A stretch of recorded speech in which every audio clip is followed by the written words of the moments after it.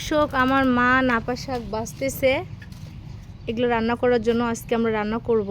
হ্যাঁ, এই উত্তরবঙ্গের নাপা শাকটা আমরা বিশেষ করে এত পছন্দ, এই শাকটা ঝোল অথবা ভাজি, কিন্তু ছোলকা খেতে খুব একটা অসাধারণ একটা দারুণ শাক। নাও মা। তো এখানে এই শাকটা অনেকে চাষ করতে বোঝে না। আমাদের উত্তরবঙ্গের ছাড়া কিন্তু এই শাকটা কোনো জেলায় হয় না। রংপুর আমাদের উত্তরবঙ্গের ছাড়া এক কথায় কোনো দেশের মানুষ চেনে না।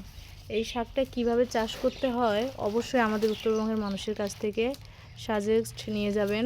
আর একটা বীজ আছে, বীজ হয়, এই বীজটা নিয়ে যায় আপনারা শাকটা লাগাবেন। দেখবেন যে আপনাদের দেশের মানুষরাও এই শাকটা একবার যখন খাবে তখন বুঝতে পারবে আসলে কতটাই মজা।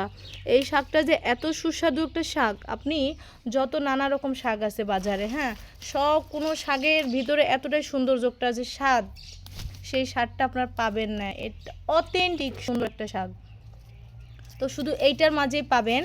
তো এই শাকের পাতাটা কিন্তু আমাদের একটু মানুষ সমান হয়, ছোটোবেলায় দেখেছিলাম অনেক বড় বড়। তো এখনও আমাদের দেশে এই যে দেখেন কত বড়টা পাতা, পানের মতো, দেখছেন গাইস কত বড়টা পানের মতো। এই শাকটা খেতে খুব একটা দারুণ একটা জোস।